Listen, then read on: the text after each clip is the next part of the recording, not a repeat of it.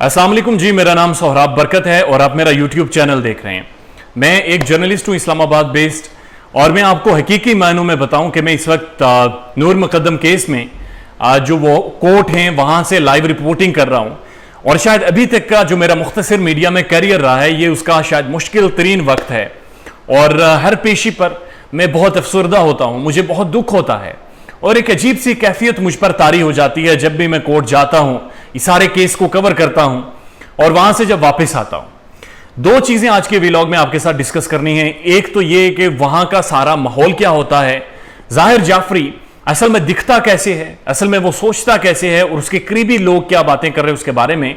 और दूसरी अहम बात कि जो पोस्टमार्टम रिपोर्ट आई है अभी तक जो सामने आई है, जिसका अदालत में जिक्र हुआ है जनाब मुकद्दम की, नूर मुकद्दम की, उसमें क्या चीजें दर्ज हैं और वो किस कदर कंट्रोवर्शियल है, ये दोनों चीजें आपके साथ शेयर करते हैं। लेकिन अगर अभी तक आपने मेरा यूट्यूब चैनल सब्सक्राइब नहीं किया तो बराए मेहरबानी कर लें ताकि बर वक्त वीडियो आप तक पहुंचती रहे।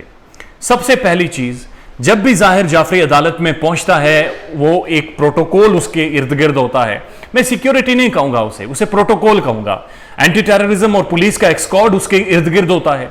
बड़े कॉन्फिडेंस के साथ छाती तान कर, सर ऊंचा करके वो मुलजिम, वो जानवर चलते हुए आता है और अदालत में पेश होता है।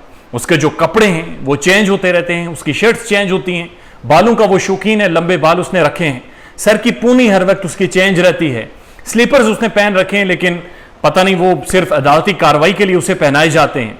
मुबैना तौर पर यह कहा जा रहा है कि जो जाकिर जाफिर है वो एक बड़ा तगड़ा बंदा है। नो डाउट इनका एक इंटरनेशनल बिजनेस है, अमेरिका में, यूएसए में बड़े तगड़े लोग हैं, ये बड़ी तगड़ी फैमिली है। उसे जेल के अंदर मैकडोनल्ड का खाना प्रोवाइड किया जाता रहा और यहां तक भी खबरें आ रही हैं कि जनाब जेल के उसके सेल के अंदर उसे चारपाई लगाकर और बाकायदा एक मैट्रेस प्रोवाइड किया गया है, एक कंफर्टेबल मैट्रेस। और जब भी वो अदालत में पेश होता है उसके चेहरे के तासुरात बता रहे होते हैं कि जनाब उसकी नींद मुकम्मल हो चुकी है और वो एक बड़ा शातिर और समझदार किस्म का लड़का है। वो अपने सेंसेस में है, कोई ड्रग्स नहीं लेता, कोई ज्यादा बड़ा नशा नहीं करता, वो अपने सेंसेस में होता है। और जिस तरह से वो चल कर आता है, उसके अंदर की फिराउनियत, उसका गुरूर, उसका तकब्बुर यकीनन इस सारे अदालती निज़ाम को मुंह चढ़ा रहा होता है। और हमेशा जब भी मैं ये रिपोर्टिंग करता हूं मुझे इंतहाई दुख होता है, शर्मिंदगी होती है अपने अदालती निज़ाम के ऊपर कि न जाने कब ऐसे लोगों के बारे में एक वाज़ेह पॉलिसी होगी, क्योंकि शायद उसे पता है कि जिस तरह से केस जा रहा है या प्रोसीड कर रहा है, आने वाले वक्त में उसके लिए बहुत सारी ऐसे रास्ते निकल आएंगे जहां से शायद वो बच निकलेगा। पोस्टमार्टम रिपोर्ट आई जी कल। जो जाकिर जाफिर हैं, उसके वालिद जाकिर जाफिर और उनकी मां असमत जाफिर अदालत में पेश हुए, उनके लॉयर्स भी पेश हुए और उन्होंने जमानत की दरखास्त दी थी। 2.5 घंटे तक समाअत चली और 2.5 घंटों में उन्होंने पहले तो ये कहा कि नूर मुकद्दम के वालिद के साथ और उस फैमिली के साथ उनकी सारी हमदर्दियां हैं, वो उनके साथ खड़े हैं, वो अपने बेटे की कोई तर्जुमानी नहीं कर रहे। इस घिनौने जुर्म में वो अपने बेटे के बिल्कुल साथ नहीं है। न ही कभी उन्होंने अपने बेटे को कहा कि जनाब आप ये काम करें, आप ऐसा मर्डर करें या उस बच्ची के साथ ये ज्यादती करें। उन्होंने वाज़ेह तौर पर कहा कि हमारा ऐसा इससे कोई ताल्लुक नहीं है।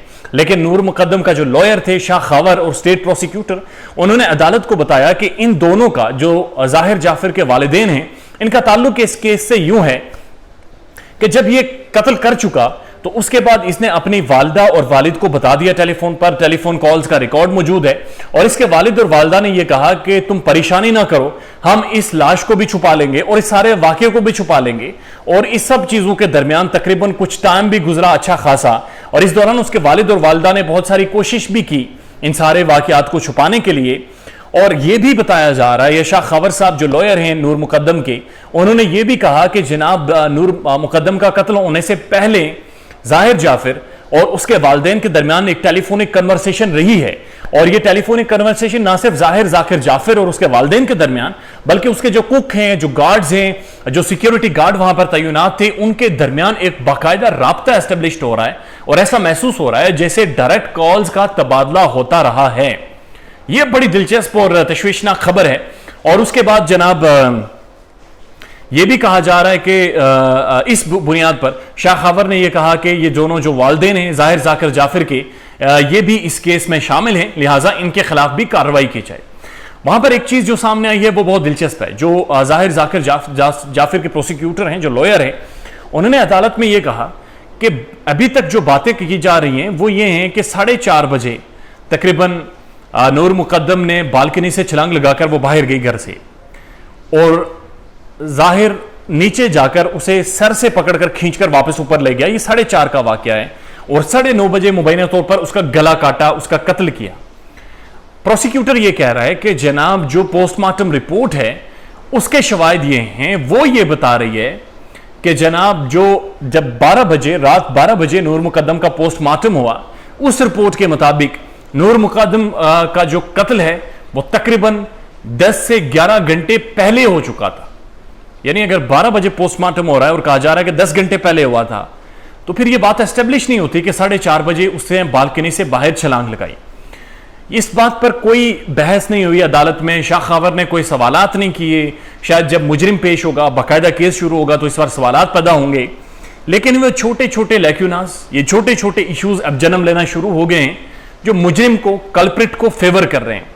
और इस बारे में बहुत जरूरी है ऐसे इकदाम किए जाएं कि जो इन चीजों को वाजे कर सकें, और केस को फास्ट ट्रैक होना चाहिए ताकि ये मुकदमा मंतकी अंजाम तक पहुंचे, क्योंकि जितना ज्यादा ये मामला लटकाया जाएगा चीजें उतनी ज्यादा खराब होती जाएंगी और उतनी ज्यादा मजीद स्पेकुलेशन होंगी इस बारे में।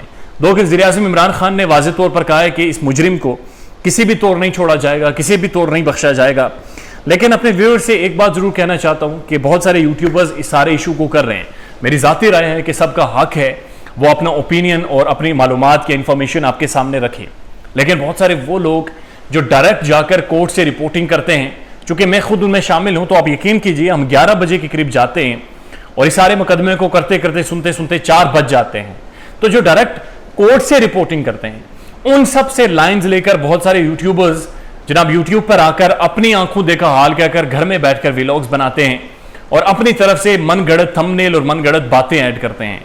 लिहाजा ऐसे लोगों को बिल्कुल सुने, आपका हक है, लेकिन ये भी बात ज़हन में रखें कि सही रिपोर्टिंग कहाँ से हो रही है, किधर से हो रही है, ताकि दुरुस्त और सही मालूमात जो आपका बुनियादी हक है वो आप तक पहुँच सके। अपना बहुत सारा ख्याल रखिएगा। अल्लाह हाफिज़।